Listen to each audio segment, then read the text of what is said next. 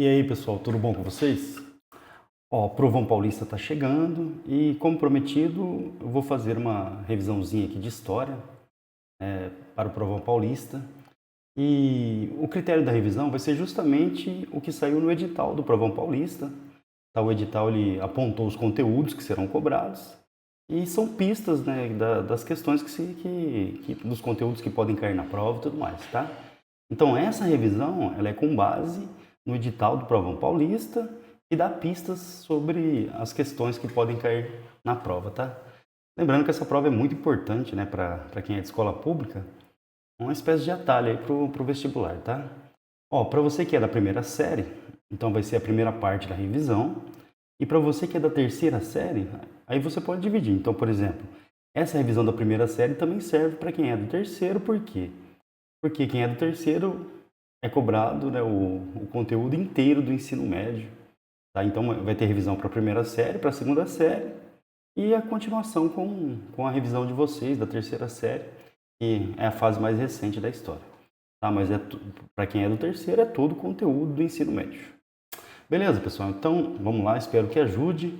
Ó, eu vou mostrando tópico por tópico que apareceu no edital do Provão Paulista e vou explicando esse conteúdo a partir dos nossos mapas mentais. Lembrando que você pode ter acesso a esses, né, e outros mapas mentais e aulas completas no canal do Professor Fabião, no YouTube principalmente, mas aqui no TikTok, no Instagram, no canal do Pinterest também, onde estão os mapas mentais. Beleza, pessoal? Conteúdo aqui não falta. Vamos lá, espero que ajude bastante. Bom, pessoal, o primeiro tópico do edital é a democracia ateniense e a cidadania em Roma. Então, a democracia na principal cidade grega, Atenas, na Grécia Antiga, tá? E a cidadania em Roma também. E no ano passado caiu, tanto na prova da terceira série quanto na prova da primeira série, uma questão sobre a democracia ateniense e uma questão sobre a cidadania em Roma também. Tá? Então é um ponto de atenção para a gente ficar bem esperto mesmo. Bom, quando se fala em cidadania em Atenas, a gente tem que lembrar o seguinte, ó, Atenas possuía uma democracia direta. O que isso significa? Que o cidadão ele participava diretamente das decisões da cidade. Então era função do cidadão na cidade de Atenas participar das assembleias, votando, sendo votado, decidindo as leis. Então o cidadão ele participava das decisões da cidade diretamente, tá? Uma comparação que sempre aparece no vestibular e no Provão Paulista também apareceu. Qual que é a diferença entre a democracia ateniense e a democracia atual no Brasil, por exemplo? Na democracia ateniense é uma democracia direta. Então lá em Atenas o próprio cidadão diretamente tomava as decisões da cidade. Na democracia atual, aqui no Brasil, por exemplo, é uma democracia indireta, ou seja, a gente escolhe um representante e esse representante, pelo menos teoricamente, ele toma decisões, ele cria leis de acordo com os interesses da população. Mas em Atenas, o próprio cidadão, através de uma democracia direta, ele participava das decisões da cidade. Aí um ponto de atenção. Quem era o cidadão em Atenas? Lá no comecinho da organização da cidade, quando os eupátridas, os bem-nascidos, né, que dominavam a cidade, a aristocracia rural, proprietária de terras, eles é que participavam. Mas com o passar do tempo, a evolução da democracia em Atenas, todo o homem adulto, nascido em Atenas, filho de pai e mãe ateniense, ele passava a ser cidadão. Então, o homem livre, adulto, por exemplo, 18 anos, ele passava a ter direito de cidadania, ou seja, ele poderia participar das assembleias atenienses. Isso excluía a maior parte da população. Por quê? Na democracia ateniense, mulheres, escravizados e estrangeiros, que eram chamados em Atenas de metecos, eles não participavam das decisões da cidade. Ou seja, diferente da democracia brasileira atual, as mulheres, por exemplo, estavam excluídas da participação política. Outra coisa importante, tá? Em Atenas, participar para o cidadão, ele tinha o dever de participar das decisões da cidade, senão ele era considerado um inútil, tá? Então, o cidadão ele deveria se dedicar ao estudo, à filosofia e à política, né? O debate político. Lembrando que outro ponto de atenção, a ágora, né, era o espaço em Atenas para o debate político, onde os Os cidadãos gregos, homens adultos nascidos na cidade, eles se reuniam para tomar as decisões. Repetindo, hein, pessoal? Quem que não era cidadão em Atenas? Quem que não participava das decisões? As mulheres, os menores, os escravizados e os estrangeiros chamados em Atenas de metecos. Bom, a próxima pista do nosso edital, do Provão Paulista, é a cidadania em Roma. Aí a gente tem uma diferencinha aí com Atenas, tá? Ó, essa pirâmide que eu estou mostrando para vocês é a pirâmide social da Roma Antiga, tá? Então, o que é uma pirâmide social? É a divisão da sociedade em classes, tá? Lembrando que na antiguidade, normalmente, a sociedade ela é estamental, ou seja, dificilmente você tinha trocas de camadas sociais. Então, quem que está no topo dessa pirâmide social? Os patrícios. Os patrícios são os privilegiados da sociedade, famílias ricas, proprietárias de terras, das melhores terras, e eles é que tinham direitos políticos em Roma, na Roma Antiga. Os clientes, aqui na segunda camada, que eram agregados ali, pessoas próximas aos patrícios, que prestavam serviços a eles. Os clientes, eles eram tipo protegidos pelos patrícios, prestavam serviços, tinham certos privilégios, certas vantagens em relação a outra classe social, que são os plebeus. Os plebeus, eles formavam a massa da população, eram pequenos proprietários, artesãos, pequenos comerciantes, e formava a população. E uma coisa importante sobre os plebeus é que eles formavam o exército romano. Eles é que lutavam, eles que protegiam Roma, faziam parte da força militar romana. Aí tem um contrassenso aqui, ó. Os plebeus responsáveis pela proteção da cidade formavam o exército, mas quem tomava as decisões na cidade eram os patrícios, a classe aristocrática aqui privilegiada, famílias mais importantes dentro da sociedade romana. Lembrando que o Senado, que é o principal órgão político de Roma durante a República principalmente, ele era dominado pelos patrícios. Os plebeus, sabendo aí da sua importância, eles passaram o quê? A se revoltar. Perceberam que eram muito importantes da sociedade, que não possuíam direitos e passaram a se revoltar. Tá? Com essas revoltas, os plebeus eles acabaram conseguindo alguns direitos. Por exemplo, a eleição do tribuno da plebe, que era um representante plebeu no Senado, um código de leis escritas para Roma. Por exemplo, a lei das 12 tábuas, que tem esse nome porque eram escritas em 12 tábuas. A lei Canulé, que permitiu o casamento entre patrício e plebeu, o que dava uma possibilidade de ascensão social para o plebeu. A lei Licínia, onde um dos cônsules, que era o chefe militar em Roma, tinha que ser plebeu e um patrício. A lei Hortência, né, que criou o plebiscito, que era uma assembleia dos plebeus, justamente para criar leis para os plebeus. Então, diante da ausência de direitos, os plebeus eles fizeram manifestações, protestos, uma espécie de greve, revoltas, e eles acabaram conseguindo alguns direitos importantes, entre eles, por exemplo, a Lei das 12 Tábuas, que é o Código de Leis Escritas de Roma. Bom, a próxima pista do nosso edital é o escravismo na Grécia Antiga e na Roma Antiga. Aqui um ponto de atenção. Sempre quando a gente fala de escravidão, aqui no Brasil principalmente, a gente lembra da escravidão africana, da escravidão moderna, portanto.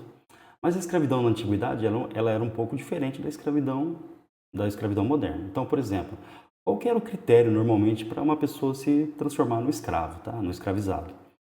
Tanto na Grécia quanto em Roma, a dívida poderia ser critério. Então, alguém endividado, um plebeu endividado, ele poderia se tornar escravizado. Depois, isso acaba sofrendo algumas transformações ao longo do tempo, tá?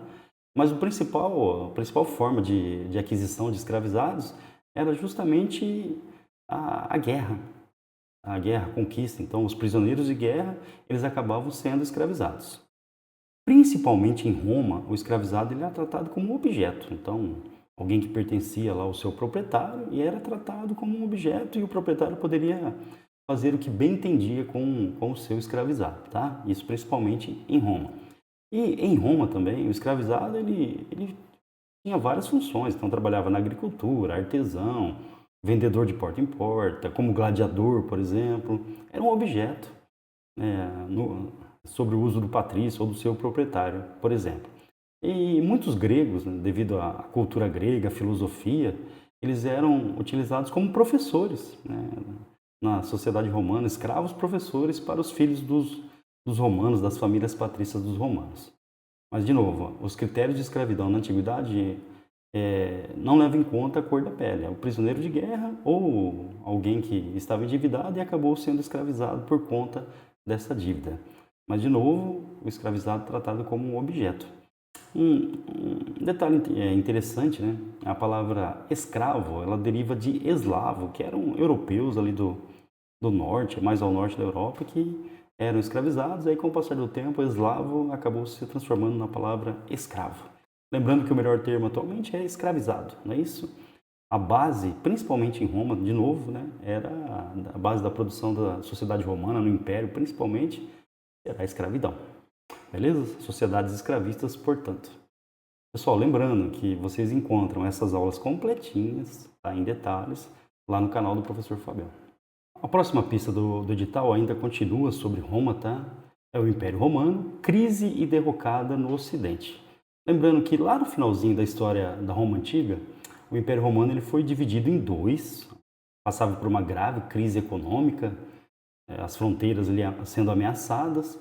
Então, houve a decisão do imperador romano dividir o império em dois. Tá? Então, o Império Romano do Ocidente, com sede ali em Roma, e o Império Romano do Oriente, tá? Com sede em Constantinopla, ali atual Istambul.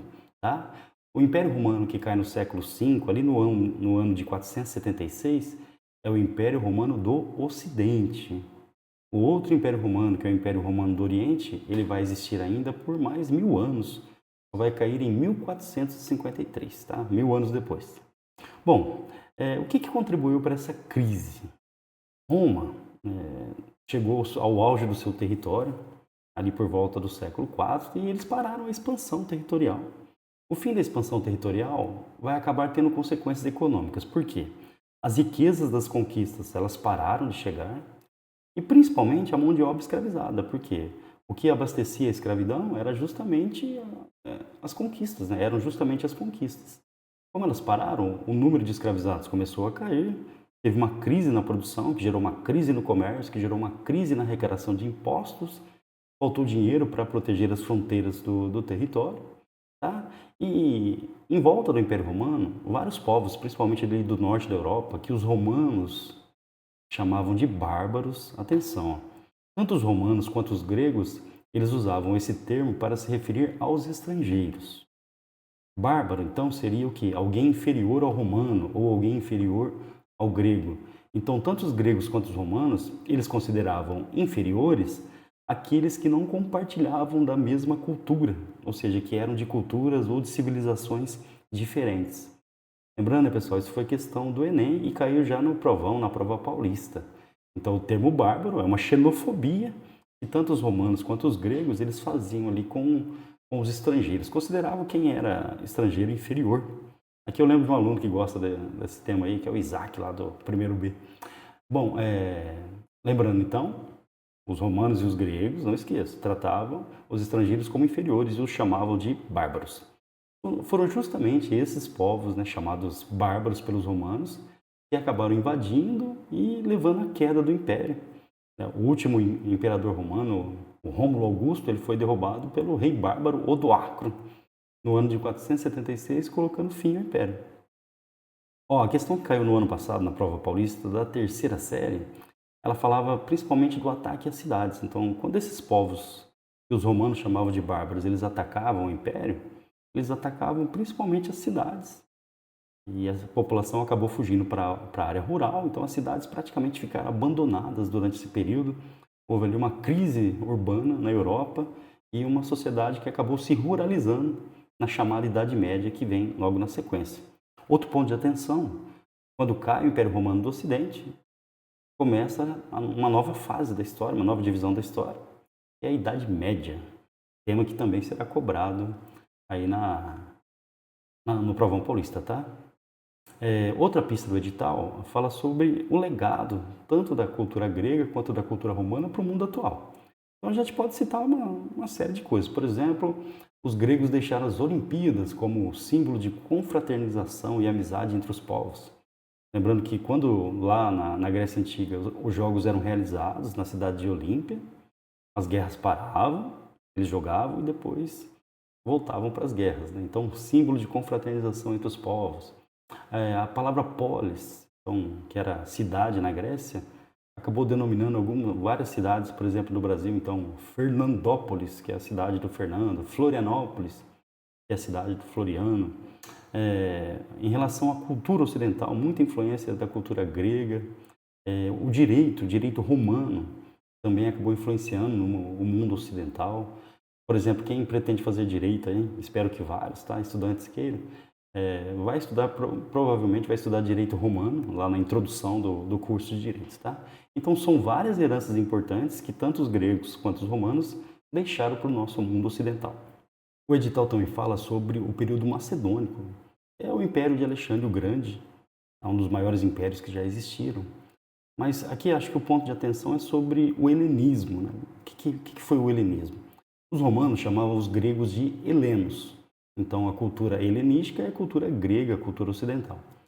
Quando Alexandre o Grande ele formou o seu gigantesco império, por característica pessoal, ele acabava o quê? Conquistando novos povos, novas culturas, portanto. E nesse processo, ao invés de destruir a cultura dos povos dominados, ele acabou promovendo uma integração cultural. Ele mesmo, Alexandre, acabava praticando a religião, usava as roupas dos povos dominados, o que até gerava crítica dos seus generais, dos seus soldados. Mas o Alexandre aparentemente gostava dessa mistura cultural, dessa cultura. Então, o resultado desse processo foi uma fusão cultural. Então, esse é o helenismo, a fusão cultural entre a cultura oriental e a cultura ocidental. A influência de ambos os lados, principalmente da cultura ocidental, sobre a cultura oriental, e essa mistura é chamada de helenismo, fusão da cultura ocidental com a cultura oriental. Lembrando, né, pessoal, que tem uma videoaula bonitinha lá sobre o Império de Alexandre o Grande, imperdível, tá? Lá no canal do Fabião. Bom, a próxima pista do edital, ela é bem grandinha, tá? Então, ela trata do período medieval. Aí, no período medieval, a diversidade religiosa, paganismo, judaísmo, cristianismo e o islamismo, o feudalismo e o mundo feudal, a expansão do comércio e da urbanização, isso já no final da Idade Média, as mulheres, os homens e os rituais sociais, vida e produção cultural na Idade Média. Esse é o nosso mapinha mental sobre a Idade Média. Então, como dica, eu gostaria que vocês focassem aqui, ó. Então, por exemplo, ó, características da Idade Média, e mais tarde vai ser a sociedade feudal, tá? Primeiro, poder fragmentado. Como com a queda do Império Romano, ao invés de um império centralizado, surgem vários reinos controlados por reis, muitos desses reis bárbaros, que os romanos chamavam de bárbaros. Então o poder ele sofre o quê? Uma descentralização, uma fragmentação política. Vários reinos aí que eram inimigos um dos outros, inclusive, tá? A sociedade ela vai se ruralizar, portanto, a gente passa a ter uma economia essencialmente agrária e as sociedades elas eram isoladas, o que acabava fortalecendo o poder da Igreja Católica. O comércio ele sofre um declínio muito forte nesse período e o uso da economia monetária, da moeda, ele praticamente desaparece. Então, o comércio que era feito, basicamente, era feito por escambo. As cidades ficaram muito perigosas, porque elas eram alvo de ataques dos povos chamados bárbaros. Então, elas foram abandonadas, a população vai viver na área rural. O modo de produção escravista dá lugar a um modo de produção servil. O servo ele passa a ser preso à terra e passa a pagar impostos para ficar na terra de algum senhor em troca da sua proteção, da proteção do cavaleiro da terra, por exemplo. E a Igreja Católica, que vai ser a instituição mais poderosa do período. Isso é fácil explicar porque, assim, quando o Império Romano caiu, a Igreja Católica foi a única instituição que se manteve unida. Isso permitiu a ela muita influência no período. Os povos que eram denominados de bárbaros, eles acabaram se convertendo ao cristianismo, ao catolicismo. Então a Igreja Católica passa a controlar o comportamento, o pensamento, ou seja, a ideologia do período medieval. Então esse termo aqui, ó, teocentrismo, Deus no centro. O que significa isso? Que a sociedade ela gira em torno da religião, da Igreja Católica. Então o pensamento, o comportamento, a política, a divisão social, tudo tinha como base a Igreja Católica. A sociedade medieval, ela é uma sociedade estamental. Como diria o bispo Adalberon, a sociedade medieval, ou a casa de Deus, ela é dividida em classes. Cada um tem a sua função. O clero reza, a nobreza luta e os camponeses ou servos, eles trabalham e sustentam os privilégios do clero e da nobreza. Então, cada um tem sua função definida e quem definia essa função era o próprio Deus. Portanto, ninguém poderia contestar a sua posição social. É por isso, por exemplo, que temos poucas revoltas aí de servos nesse período, tá? A sociedade medieval, ela é uma sociedade estamental. O que significa isso? Não tem troca de camada social. Então, o servo, o projeto de vida dele, infelizmente, vai ser esse. Ele vai ser servo. E o nobre, que determinava a nobreza, era a sua hereditariedade. Então, ele seria nobre. Os que rezam, o clero. Os que lutam, nobreza. E os que trabalham. Uma sociedade, portanto, estamental. A vida dos servos praticamente era pagar impostos. Então, a talha, corvéia, banalidades, tostões de Pedro, todos são impostos que os servos pagavam e acabavam sustentando tanto o clero quanto a nobreza. As relações sociais, atenção, chamadas relações de vassalagem entre os nobres. Então, estou falando desse pessoal aqui, ó, da nobreza. O suzerano, como era chamado, o rei de uma determinada região. Como esse rei não tinha um exército forte, centralizado, ele precisava de apoio de cavaleiros e acabava formando a sua força militar, certo? Esse cavaleiro a gente vai chamar de vassalo. Mas como que o suzerano conseguia o apoio do vassalo? É fácil. Ele oferecia um benefício, que a gente vai chamar de feudo, que normalmente nesse período era terra. Então o suzerano, o rei, oferecia um feudo, uma terra ao vassalo. Em troca do quê? Justamente em troca da sua fidelidade. Então o vassalo, ele jurava ser fiel ao suzerano em troca de receber o benefício que é o feudo, que normalmente era terra. Surgem obrigações entre eles. O suzerano protege seus vassalos e o vassalo, ele tem a obrigação de proteger o seu suzerano, se apresentando, por exemplo, em casos de guerra, montado e armado com seus soldados e salvando o suzerano, pagando resgate, por exemplo, caso fosse necessário. Existia uma cerimônia solene, quem é da primeira série a gente fez aí na sala, né? Sobre essa relação de vassalagem. Então, a homenagem é quando o vassalo de joelhos na frente de um padre jurava fidelidade ao seu suzerano. A investidura, quando o suzerano, para mostrar que aceitou o juramento de fidelidade, ele entregava algum objeto, normalmente um pouco de terra, tá? Para mostrar que aceitou o juramento, surgia entre os dois a relação de vassalagem, que são as obrigações entre suzeranos e vassalos. Pessoal, um pontinho de atenção aqui no mapinha mental, está bem aqui no meio, é sobre o surgimento da cultura medieval ou cultura feudal, tá? Ela é uma fusão, atenção a isso, da cultura dos povos chamados bárbaros com a cultura romana. Isso acabou dando origem à sociedade feudal ou sociedade medieval, tá? Bom, a Baixa Idade Média é a fase final desse período e ele é marcado o quê? Por crises do sistema feudal e da própria Idade Média, portanto. Bom, o que gerou essa crise? Por exemplo, a peste bubônica, que assolou a Europa, matando muita gente mesmo. A Europa passou por crises de fome ligadas aí a secas ou excesso de chuvas, várias guerras, entre elas a Guerra dos 100 Anos, a Guerra de Reconquista, o renascimento cultural e científico, que era uma nova forma de ver e entender o mundo. Então, o mundo medieval, o mundo da Igreja Católica passa a ser questionado. O renascimento comercial, então, por exemplo, uma nova classe social surge, a burguesia, e para a burguesia, o sistema feudal, o modelo econômico da Idade Média atrapalhava os negócios, porque era uma economia rural, isolada. A burguesia precisava do quê? De condições para fazer comércio. E o sistema feudal, cada senhor feudal mandando na sua área, isso atrapalhava demais a atividade da burguesia. Surgem novas técnicas de produção, o que aumentou a produção agrícola, incentivando o comércio. Entre elas, o sistema de 3 campos e o arado de metal, que a gente chama de charrua. E um fator decisivo para isso foram as cruzadas. Bom, o que foram as cruzadas? Expedições religiosas que tinham como objetivo recuperar a Terra Santa, então Jerusalém, portanto, que foi tomada dos católicos pelos muçulmanos, seguidores do islamismo. Então o Papa Urbano II convocou os católicos da Europa para lutarem, portanto, uma guerra religiosa lá no Oriente Médio para recuperar a Terra Santa. Não conseguiram recuperar a Terra Santa.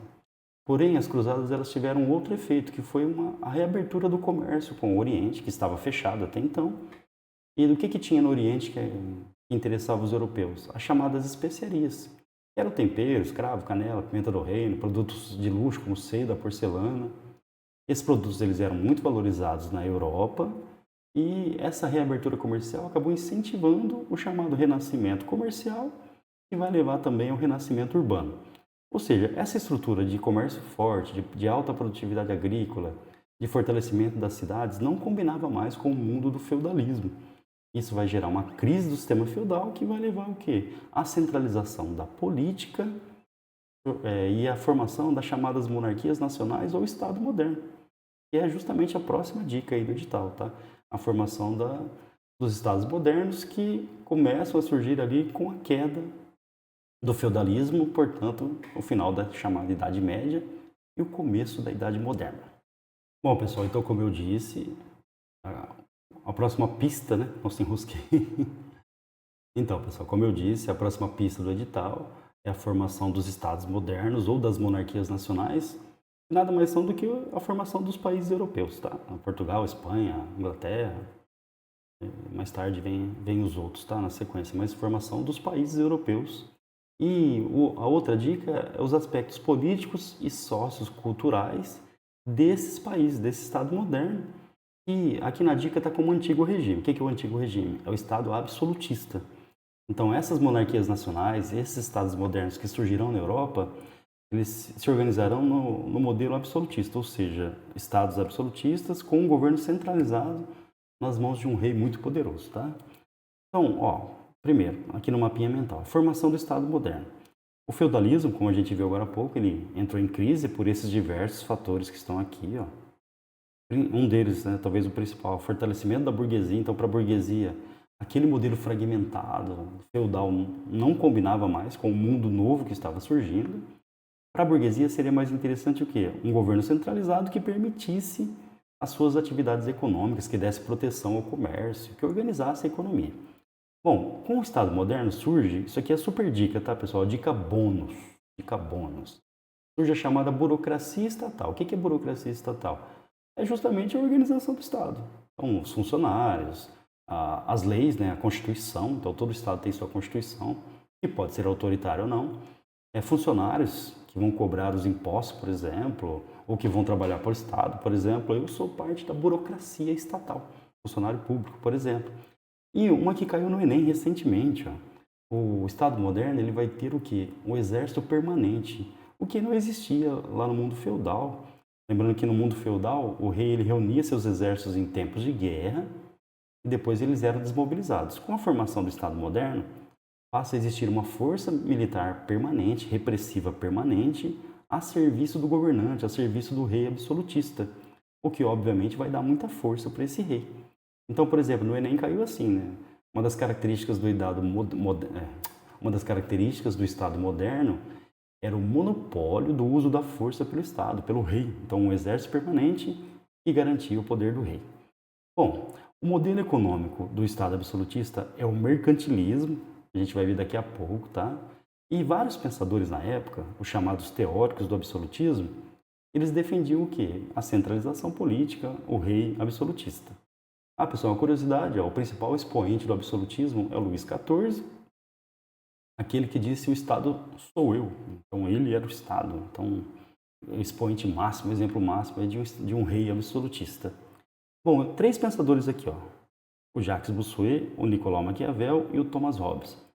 O Jacques Bossuet, ele é o teórico da teoria do direito divino, ou seja, o rei só é rei por vontade de Deus. Se ele é rei por vontade de Deus, ninguém pode contestar esse poder. Maquiavel, escritor de O Pequeno Príncipe. Opa, tô brincando! Escritor do Príncipe.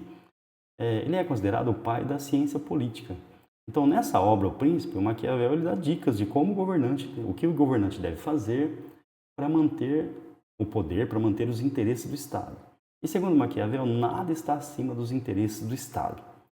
Aí, pessoal, mais uma dica bônus para vocês, tá? No Enem, principalmente recentemente, quando caiu Maquiavel, a palavrinha moral sempre apareceu. Por quê? Para o Maquiavel, moral e política devem caminhar separados. Por quê?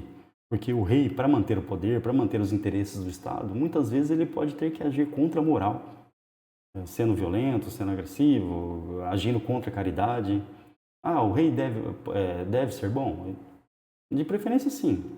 Mas ele pode parecer apenas ser bom, mas ele precisa saber ser mal quando necessário, porque o mais importante é manter os interesses do Estado, segundo Maquiavel.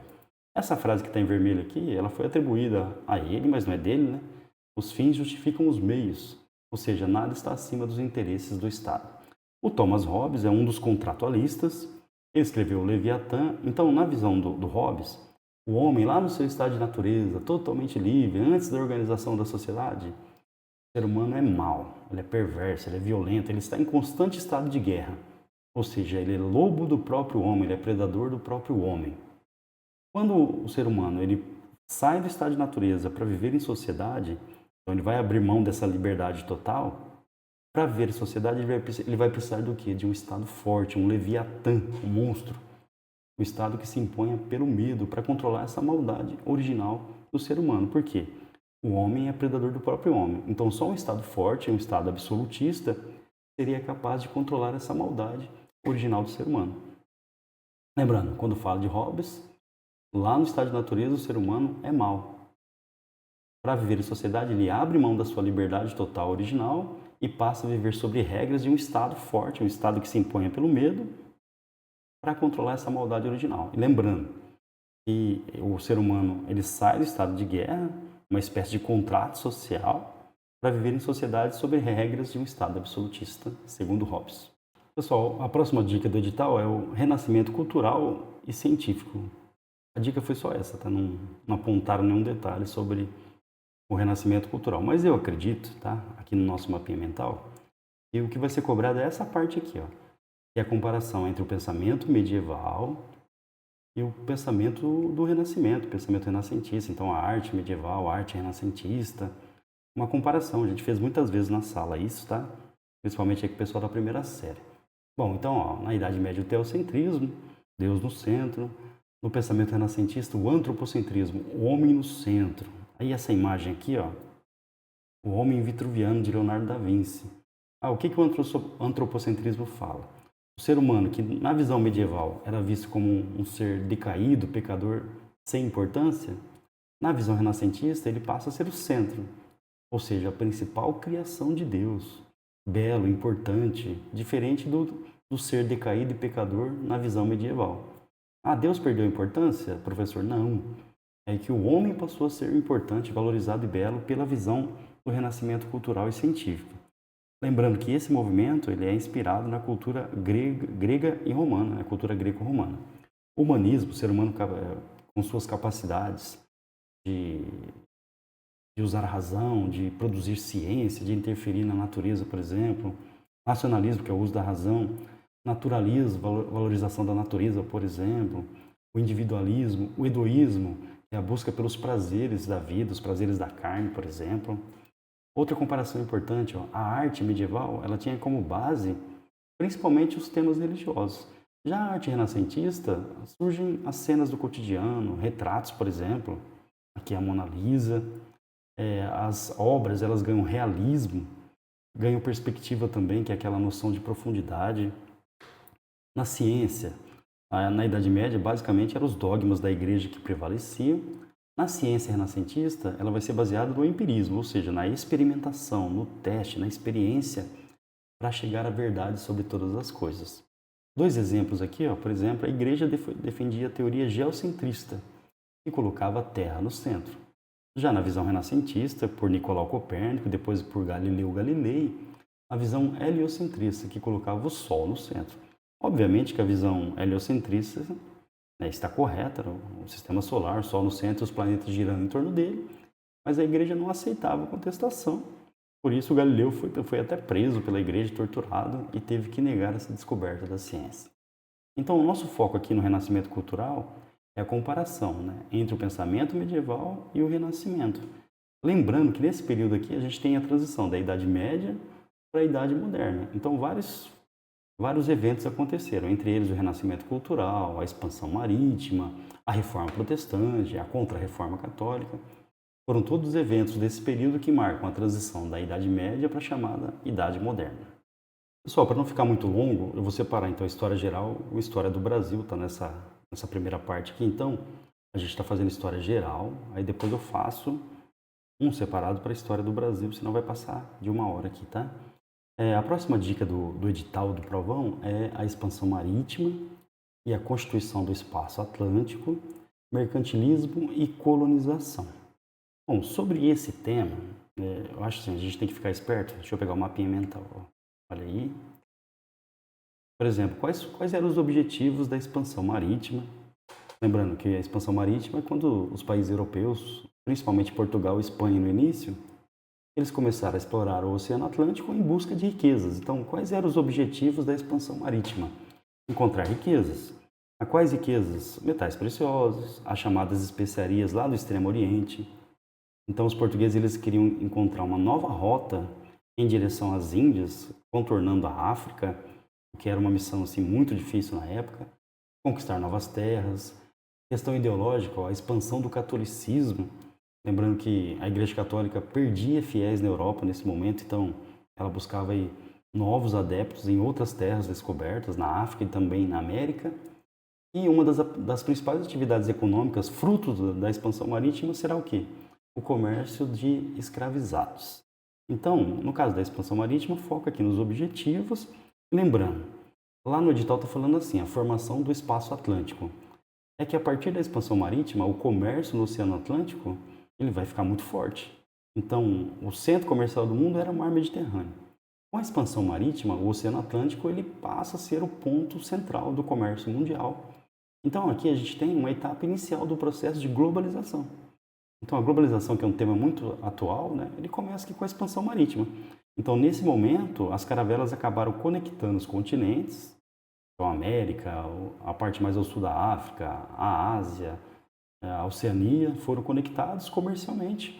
Então, por exemplo, o chá da China, da Índia, era consumido na Inglaterra, adoçado com açúcar brasileiro. Então, surge um comércio global dentro desse chamado espaço atlântico. Fique esperto com isso, tá? Outro ponto de atenção, esse processo de expansão marítima levou à descoberta, atenção, descoberta do Brasil, da América, do Novo Mundo. A América era o Novo Mundo para os europeus. Então, a descoberta do Brasil, entre aspas, ela colocou em contato aí culturas, civilizações muito diferentes, tá? Então, por exemplo, aqui no Brasil a gente tem a Carta do Pero Vaz de Caminha. Quem era esse cara? Ele era o escrivão lá da viagem do Pedro Álvares Cabral, que era o comandante da frota que chegou ao Brasil, e é dele os primeiros relatos feitos sobre os nativos brasileiros, sobre a terra brasileira. Aí um ponto de atenção, pessoal. A visão dos europeus sobre os povos nativos, ela era etnocêntrica ou eurocêntrica, ou seja, os europeus eles não tinham compreensão da cultura dos nativos, da religião dos nativos, e eles tinham uma visão superior em relação a esses povos. Então, o eurocentrismo. Então, tudo que os europeus escreviam, falavam sobre os povos nativos, era cheio de preconceitos devido a essa visão eurocêntrica europeia. Eles não compreenderam a cultura nativa, a religião nativa, e o resultado desse processo foi o extermínio físico e cultural dos povos nativos de todo o continente americano. Bom, agora um pouquinho sobre o mercantilismo, lembrando, o mercantilismo é o modelo econômico do Estado absolutista. Então é esse o modelo econômico adotado pelos reis absolutistas, pelo chamado Estado moderno europeu, ali a partir do século XVI, século XVII, mercantilismo. Bom, aí o que eu acho que pode cair é isso aqui, pessoal. O mercantilismo ele é marcado por forte intervenção do Estado nas atividades econômicas. O Estado ele é monopolista, ou seja, ele controla a atividade econômica. Ele tem empresas que controlam a atividade econômica. O Estado interfere diretamente na atividade econômica. Então, o Estado ele tem uma mão pesada, uma mão grande sobre a atividade econômica, muitas vezes realizando diretamente ou controlando e criando monopólios estatais. Então, isso é uma característica básica do mercantilismo. Qual que é o principal objetivo? Acumular riquezas, é o chamado metalismo. O que é o metalismo? Ele associa a riqueza e o poder de um Estado à quantidade de metais preciosos que ele acumulou. Então, quanto mais dinheiro dentro do país, mais poderoso seria o país e o rei, com certeza. Um dos objetivos centrais é manter a balança comercial favorável, para manter o metalismo mesmo, tá? Então, exportar mais e importar menos. Fazendo isso como? Adotando as medidas protecionistas. Por exemplo, criando tarifas alfandegárias, que é o imposto sobre o produto importado, e estimulando a produção interna com qualidade para evitar comprar de fora e facilitar também a exportação. Uma das características centrais do mercantilismo é o colonialismo. Isso é importante porque eu acho que pode cair, tá, pessoal? O que é o colonialismo? É o chamado pacto colonial. Então, por exemplo, Portugal, metrópole, Brasil, colônia. A gente estava preso a Portugal às regras do chamado pacto colonial. Ou seja, segundo essa regra, a colônia só faz comércio com a sua metrópole. Então, o que a gente produzia? Produtos que lá na metrópole não eram produzidos. Então, a gente fornecia produto tropical, fornecia açúcar. Por exemplo, a cana era plantada aqui no Brasil porque em Portugal não dava. Então, produzia o açúcar e Portugal ganhava açúcar vendendo o açúcar, ganhava dinheiro vendendo o açúcar brasileiro. Tá? Lembrando que o açúcar vai ser uma das principais atividades econômicas do Brasil durante o período colonial. Então, repetindo, colonialismo, metrópole, o país europeu, colônia, o país americano. Entre eles, o pacto colonial. Qual que vai ser a função da colônia? Abastecer a metrópole. Então, a colônia vai produzir produtos tropicais que não eram produzidos na metrópole e era obrigada a comprar da metrópole produtos industrializados. É por isso, por exemplo, que Portugal não permitia aqui no Brasil fábrica de quase nada. Então, por exemplo, fábrica de tecidos, de ferramentas, tudo isso tinha que vir da Europa. Portugal não permitia a fabricação desses produtos por aqui. A resposta é óbvia, porque se produzisse aqui não ia comprar de Portugal. Então Portugal sairia no prejuízo, tá? Obviamente que esse modelo ele prejudicava demais a colônia. O Brasil demorou muito tempo para se industrializar e um dos fatores foi esse. A gente era colônia portuguesa. Bom, a próxima dica do edital é o movimento iluminista e o liberalismo. Aí de novo nosso mapinha mental. O movimento iluminista ele é um movimento de contestação ao antigo regime. Lembrando que o antigo regime é o absolutismo. Então, os pensadores iluministas que estão aqui, todos eles contestam o Estado absolutista, eles criticam o Estado absolutista, o antigo regime. Aí, quais são as críticas principais? Então, por exemplo, o poder absoluto dos reis, então, o poder centralizado demais nas mãos do rei, por exemplo. Os privilégios da nobreza e do clero, que eram muitos. A teoria do direito divino, que defendia a ideia de que o rei só era rei por vontade de Deus. Portanto, eles defendiam o quê? O Estado laico, o Estado separado da igreja. Eram contra também a interferência da igreja na política. Tá? O Estado ele deveria o quê? Ser separado da religião, portanto, o Estado laico. E também, principalmente esse aqui, o Adam Smith, eles eram contra a interferência do Estado na economia, eram contra aquele modelo mercantilista. Então, esse cara, o Adam Smith, ele vai criar o chamado liberalismo econômico, que era uma contestação ao mercantilismo, característica ali do Estado absolutista. Bom, vamos aos pensadores. O Barão de Montesquieu, na sua obra O Espírito das Leis, ele defendeu o quê, pessoal? Um sistema tripartite. O que seria o sistema tripartite? A divisão dos poderes em executivo, legislativo e judiciário. Segundo Montesquieu, lembrando que tem que fazer biquinho para falar Montesquieu, certo? A pessoa que tem o poder vai abusar do poder. Então, como que a gente evita esse abuso? Limitando o poder, através da divisão. Então, um executa, o outro cria leis e o outro julga de acordo com a lei criada. E esses poderes devem ser equivalentes. Isso evitaria abuso de qualquer um dos três. O John Locke, outro contratualista, tá? O Locke é um dos contratualistas, junto com o Hobbes e com o Rousseau. O Locke ele é considerado o pai do liberalismo político, então o modelo democrático liberal que a gente tem hoje, tá? Ele defende o chamado jus natural. Então a pessoa ela já nasce com seus direitos naturais que são inalienáveis, ou seja, ninguém pode tirar de você. A que direitos são esses? A vida, a liberdade e a propriedade privada, o que mostra aqui a influência da burguesia. Segundo Locke, o Estado deve garantir os direitos naturais. Então, ele deve proteger esses direitos, a vida, a liberdade e a propriedade privada. Um detalhe, né, pessoal? O Locke defendia essas ideias, mas ele era sócio de uma empresa que comercializava escravizados. Ironia, né? Bom, outro pensador importante, o Jean-Jacques Rousseau. O Rousseau ele contesta o Hobbes na ideia, por exemplo, do estado de natureza.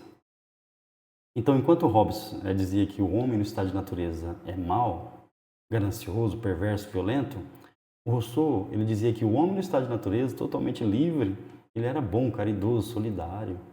Quando o homem sai do estado de natureza para viver em sociedade, é aí que ele se torna mau, certo?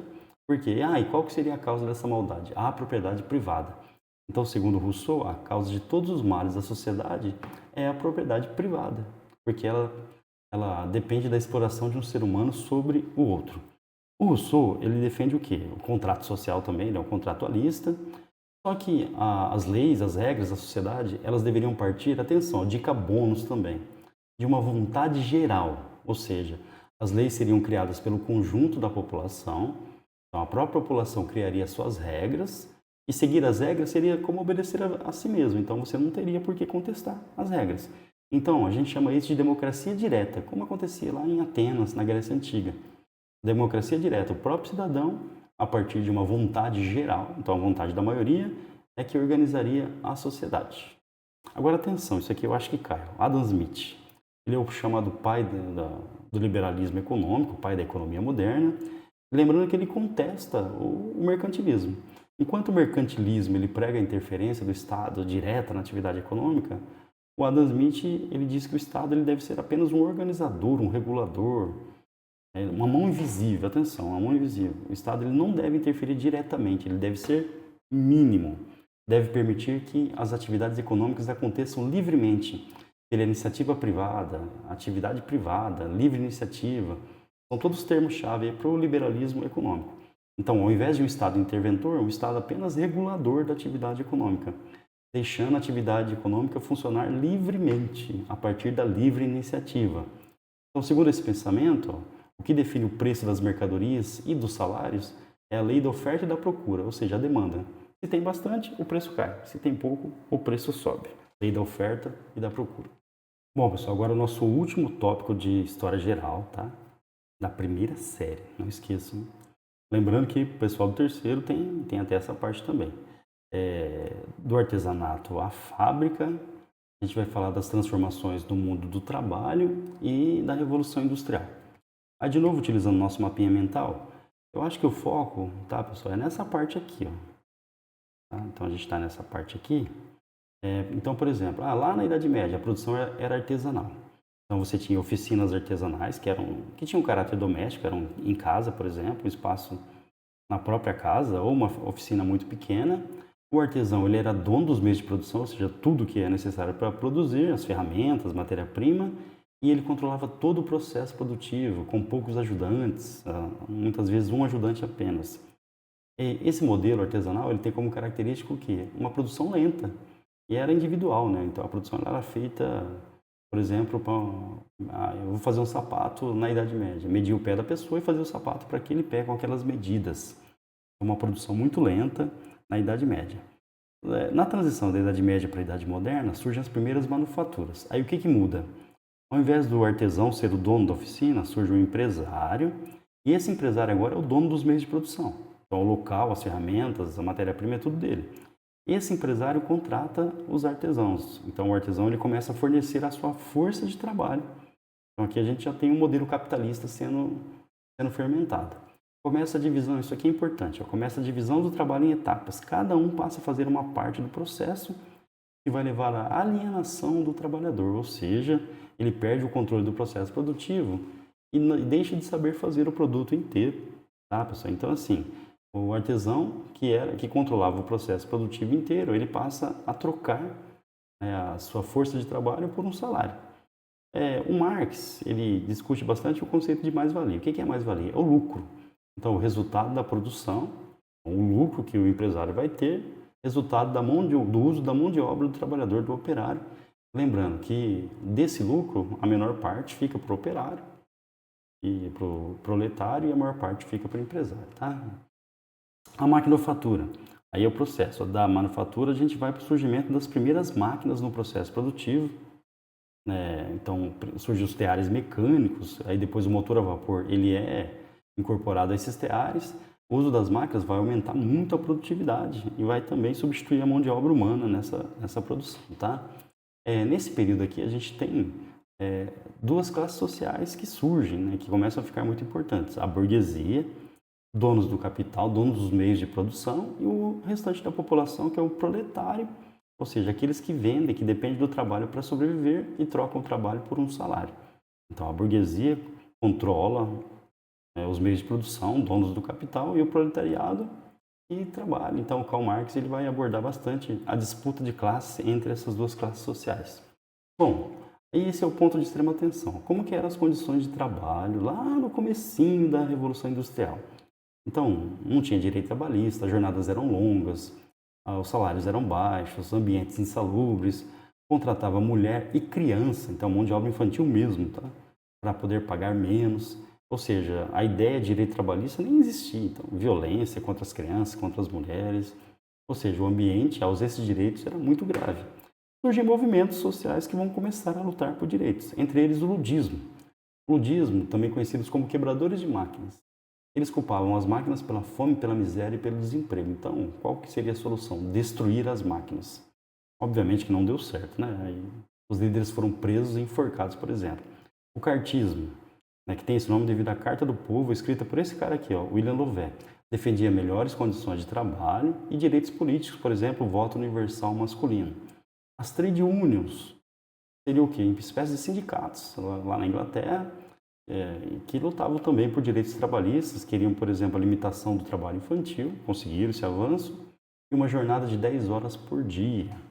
Outra coisa importante em relação à Revolução Industrial são os impactos ambientais. Obviamente, né, quanto maior a produção, maior o impacto ambiental. Lembrando, a primeira Revolução Industrial ela só acontece na Inglaterra, tá? Porque a Inglaterra acabou reunindo essas condições aqui, ó.